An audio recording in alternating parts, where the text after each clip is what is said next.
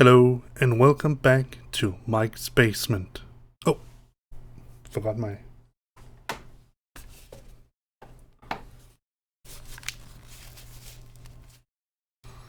I forgot my headphones so I can actually hear what I'm saying. I'm back here on my channel with a video that I don't usually perform.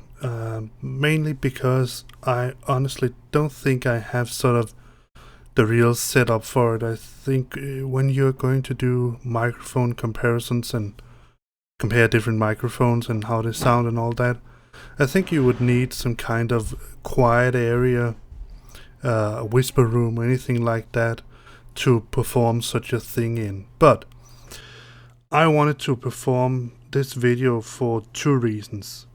The one reason is that I actually wanted my wife to hear if she could hear the difference between... Yeah, let's just take that right now. Over here I have my former microphone, the Blue Yeti. A good microphone that has served me well in many occasions. I've used it, I think, for about a year. But then I wanted to explore some new ways. Over here I have my new microphone. It's the Technica AT2020. Relatively cheap microphone, but nevertheless also a quite good microphone. So let's get one thing straight. Why don't I think that I could perform such a video here? Well, I do think that I'd say have this sort of the capacity, sort of, I don't know what you call it, mental capacity, whatever, the knowledge, all that. I'm not a sound engineer or anything like that.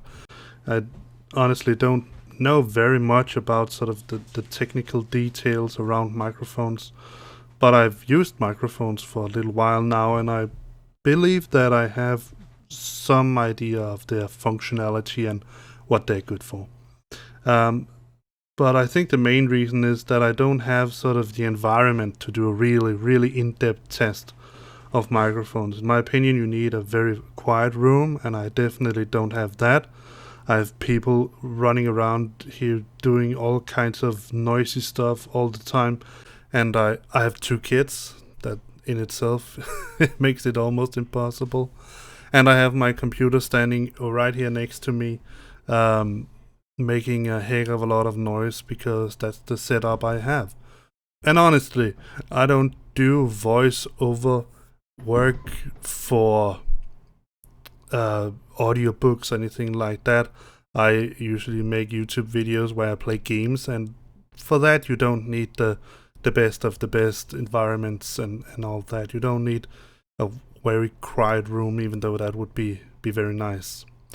But now that I have had the Blue Yeti and used it for some time now, and I have the Audio Technica right now, combined with a Scarlett, a Focusrite Scarlett 2i2 that I'm standing right down here, I think I will try to make some B-roll to put it in so you can see it. So what was my main motivation for changing microphones or changing setup? Well, there's several.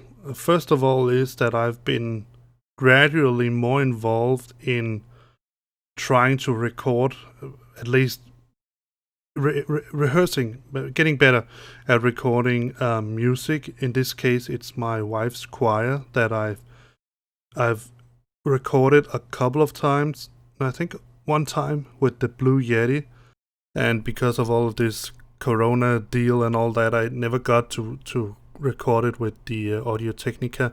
We bought two microphones so we can do a stereo setup. I only have one microphone stand with a boom arm, so ideally I would have placed both the Blue Yeti and the Audio Technica AT2020 now on separate microphone stands, also so that I could be position myself in a better position in order to record it. Unfortunately, I can't do that right now, but that would be sort of been optimal. Right now the microphones are quite low, and I'm almost sort of sitting and slouching on the chair in order to get sort of on level with them. So yeah, that was one of the reasons why I wanted to change the setup. The other reason is that as good as the Blue Yeti is, in my opinion, it's a very good microphone. It is a one-shot microphone, at least if you don't have the Pro version. And the reason is that the Blue Yeti can do a lot of stuff. It has a host of... I'm going to bounce the microphone around, but if you look at it here, you can see it has a lot of different setup options here. You can change the pattern of the microphone. It can be a stereo pattern. It can be omnidirectional. It can be I think it's called a two-way pattern and an 8-shape pattern. It can do a lot of stuff. Right now it's set at the normal cardioid pattern. The Audio Technica AT2020 is an old design. It has been around for 14 years or something like that. Of course, revised versions and all that. But it is a cardioid pattern microphone, and it will be a cardioid pattern microphone until the day it doesn't exist anymore. So let me just move the camera a little bit. There we go. Yeah, that's the thing with the AT2020. One of the things that I discovered is that of all the nice patterns that the Blue Yeti has, and I must admit, in my opinion, it is a beautiful microphone. It looks nice. It feels sturdy. The little table stand that you get with it, it feels well built. So it's not a cheap. It just feels cheap. It's not like that. But the thing about the Blue Yeti is that it doesn't have an XLR out. So if you don't know anything about microphones, just like I did for a little while ago, an XLR out is, well, I think I would say that it's the microphone connector that you probably have seen if you had music in elementary school or high school. So the normal microphones that you were singing into, the connector that was in the bottom of those, it's an XLR out. It's a standard connector for most microphones that is not USB microphones. The other reason, it's one of the things that I discovered down the way, is that given the build of the Blue Yeti, its size, it's a huge microphone. I'm compared, this is my fist I have here. And you can also see, almost if you compare the size of the Audio Technica, you almost have all the microphone in view on the camera right now. The Blue Yeti, you only have the top. There's sort of I would say a good 2/3 of the microphone left that you can't see on camera. It might also be because of the weird angle that I have positioned the camera in right now, but nevertheless, they are. It is a huge microphone. It's a big microphone. It's also a heavy microphone. The Audio Technica AT2020 weighs around 300 grams, whereas the Blue Yeti here, it's above half a kilo, so it's a heavy microphone. And one of the things that I noticed is that I have placed right now a 1.25 kilogram weight on the bottom of my microphone stand here. B-roll is coming up once again. And the stand is perfectly happy. I think I could even remove the weight, and the stand would still be very, very happy with the Audio Technica, the AT2020. When I had the Blue Yeti sitting on the exact same stand, I had to put if I didn't put any weight on it, you could almost just blow at it and then it would topple over. So I actually had to put, I think it was 2.5 kilogram weight on the bottom of it in order to keep it sort of somewhat steady. One other reason was that the Blue Yeti is a very, very, very heavy microphone. Alright, so the technical details. The two microphones are on the paper relatively the same. This is of course, because the Blue Yeti has more options for patterns. It has sort of a proprietary 3 capsule pattern that they have place 3 capsules in some way inside the microphone, whereas the AT2020 has 1 capsule. That's all. And to be fair and honest, that is obviously really also all you need. Technically, let's just compare, because the Blue Yeti is a USB microphone, meaning that it has the microphone obviously inside it, but it also has the audio interface inside it. So it has the preamplifiers inside it, and it also has the analog to digital converter inside it, and also digital to analog converter inside it. The Audio Technica, the AT2020, it has the microphone components inside, so it's the capsule, and it has the condensers inside. Both of these microphones are condenser microphones. This means that the Blue Yeti, because it's a USB microphone, it gets all the power it needs supplied by the USB cable, so you don't have to sort of worry about anything. The Audio Technica, given that it is a condenser microphone, it needs what is called phantom power. And that means that if you buy a microphone like this, and you just hook it up directly to your computer, and you can get an XLR to USB or XLR to the little jack stick, anything like that, it most likely won't work for you, because your USB output is not able to give that power. It might do, but in most cases it probably won't. Like I said, I combined the AT2020 with a Focusrite Scarlett 2i2 that I have standing right down there. I'm going to give you some more B-roll. The gain on the Focusrite the Scarlett is sort of around 2 o'clock, whereas I have turned the gain on the Blue Yeti almost all the way down. It just speaks on how sensitive this microphone is compared with this setup here. This setup is completely fine for what I use it for, because I usually have the microphone relatively close to my mouth. I have a pop filter up here somewhere that I have removed it because I want the test between the two microphones to be as fair as they possibly can. I will try my best not to pop any of them, but it might happen. But that means that all the components are inside the Blue Yeti, and the Blue Yeti is inherently then a 16-bit 48 kilohertz microphone. It has, as far as I remember it, a frequency response range from 20 kilohertz to 20 hertz to 20 kilohertz. So it's all you can sort of have inside the human hearing it can receive. The Audio Technica AT20 is what is called a medium capsule size condenser microphone, meaning that it is not a big condenser microphone, large diaphragm microphone. It's a medium diaphragm. So it's a little bit smaller than usual. I think it's around 1.5 inch or something like that.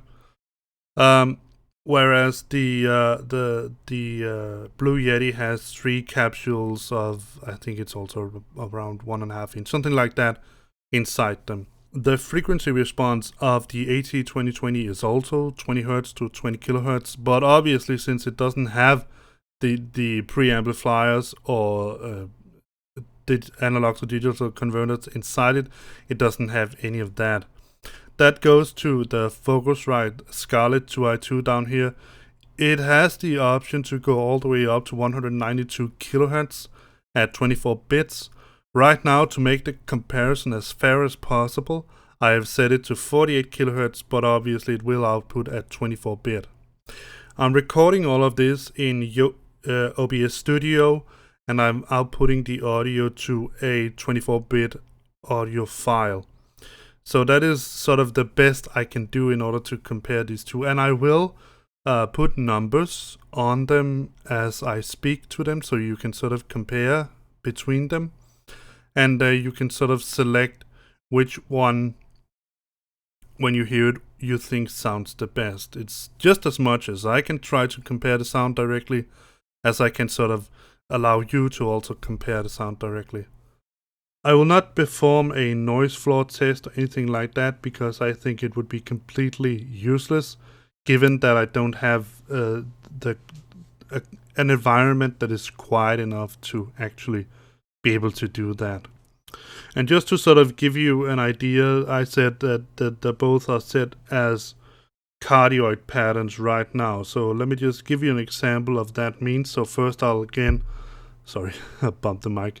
I will take the Blue Yeti, and as you can hear, when I hold the Blue Yeti up like that and I move it around, you should be able to hear less and less of my voice until I go all the way back. And now I move the camera a little bit. Let me just move it back. There we go. And as I go all the way around, you can hear the difference. I can't do that because then I'll move my camera even more because all of the wires that are placed around here. I can perform a similar test with the Audio Technica, but I need to there's a sort of little connector in the bottom that I need to loosen, so it might make a little bit of noise. But as you can hear right now I'm talking into the front of the microphone. It says Audio Technica, so that's how you know you're talking to the front. And as I move it to the side, you should be able to hear less and less on my voice until I move it all the way around. The only thing you can hear right now, while I'm looking at the little text that says back, so you're not confused of which way you need to point it, you should be able to hear only sort of the reflection of my voice on the monitor in front of me. And as I move it back again, as you can see now, I have the side to it, you can hear a little bit more. And as we get the microphone to point straight towards me, and I tightened the little connector down here at the bottom, you should be able to hear my voice completely fine once again. Just move the Blue Yeti a little bit. Alright, so I think that's all I really want to do in testing these two microphones. Like I said, I have actually been very happy with the Blue Yeti. Honestly, I don't think it suits my voice as nicely as the AT2020 does. Maybe you can't hear jack difference, and then it would make anything I just said completely useless for you.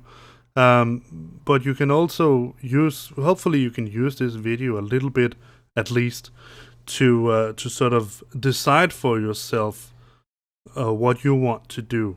Because obviously, if you can't hear any difference between these two microphones, and you think that you want a compact setup, you have no sort of intentions of wanting to sort of gradually upgrade your stuff. The thing is, like I said with the Blue Yeti, if you want to upgrade the Blue Yeti, you need to upgrade the entire Blue Yeti. You can't just swap out parts.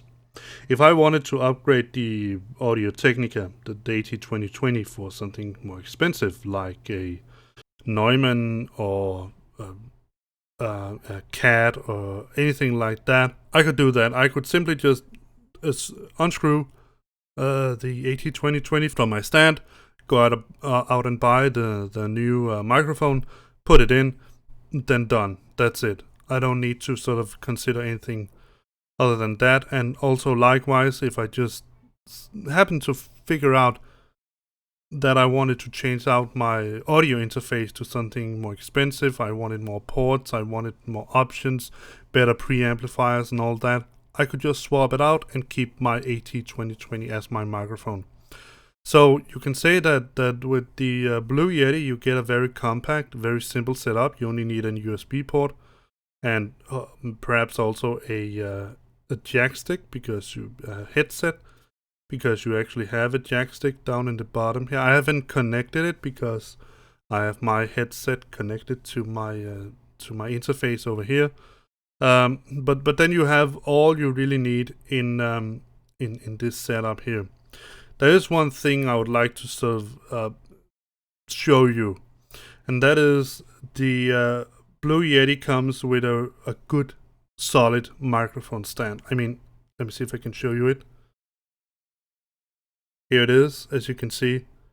It's a very solid microphone. It's very heavy, so it it's in my opinion, it is a good stand. Yeah, I have to put the microphone, the Blue Yeti a little out of the screen. Sorry about that, but it is here, as you can see.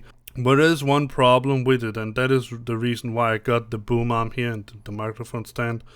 Because as good as this little stand on the Blue Yeti is, it has one very, very big disadvantage.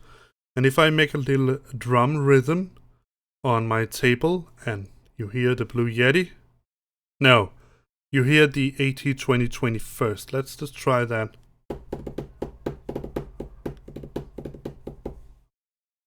So you could probably hear that I drummed something, but it shouldn't be very sort of directly in your ears. Let's try to do the same with the Blue Yeti. So I'm going to make a little drum rhythm once again.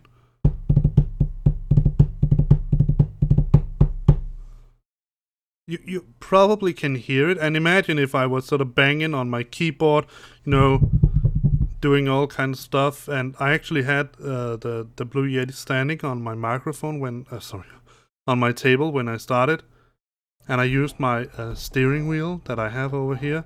You might even be able to hear it in the Blue Yeti right now that I'm sort of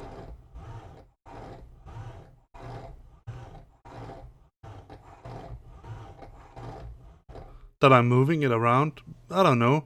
Perhaps that's one of the reasons why, as good as this microphone is, the stand, you need to get something else if you're planning on playing anything or doing anything of that sort. The disadvantage, like I said, about the Blue Yeti really is that you can't change anything with it, and you can do that with the Audio Technica and the Scarlett. Whatever you want to do, you can do something completely different. You can get a different microphone, you can get a different interface. This is just what I chose to go with, from what I've heard and from the wallet, the size of the wallet, honestly. And obviously also, when you have this setup here with the condenser microphone, the XLR input, you need to have XLR cables lying around. You need to have the interface. You need to make room for that. You need to make room for microphones. It takes somewhat more than just having one thing standing on your desk or whatever you want to do. As for the microphone comparison, the only thing I've done here between the audio from the two microphones, and they are recorded at the exact same time, the only thing that I've done with the audio is that I've put in a gate in order to sort of alleviate from some of the background noise. I haven't done any EQ, I haven't done any compression, I haven't done anything to the audio. This is the pure audio that you get from these two microphones. That's it. Alright, so let me reveal for you if you could hear the difference. Microphone number 2 was the AT2020. Microphone number 1 was the Blue Yeti. Could you hear a difference? I don't know. I believe I can hear a difference, but I'm biased, as you probably can imagine. But I hope that this video might help you to decide on which route you want to go. There's obviously more about this than the sound quality, but I think the leading thing, the thing that you need to sort of go from with starters, the most important thing must be the sound quality. So you think that there's no difference between these two microphones, and you really don't care about the ability to upgrade or anything like that, then I think the Blue Yeti would be a good choice. But if you want the ability to, maybe it's a hobby that you sort of discover that you have, that you sort of want to try out different microphones, try out different setups, and you sort of want the flexibility to do different kind of stuff. Or also if you sort of borrow an XLR microphone from someone you know, then it could be a good idea for you to get this setup here. I don't know. I hope that this video will help you. I hope that it also helped myself, because I really want to try to hear the difference between the two videos. The two microphones. I hope that it also helps me, because I'm quite curious to see whether I can hear any difference between these two microphones here. So yeah. And just like always, thumbs up, it always helps me. Give me thumbs up for the video. If you want to know whenever I put out something new, I probably won't put out microphone comparisons for the coming time. Like I said, I really don't think I have the environment to do it in, and I don't know anyone I could borrow microphones from, even though the Scarlett 2i2 actually can record 2 different microphones, so that would be an option. So yeah, I hope that it helps you. I hope that you will come back, and I hope that I will see you in the next one. So, bye bye.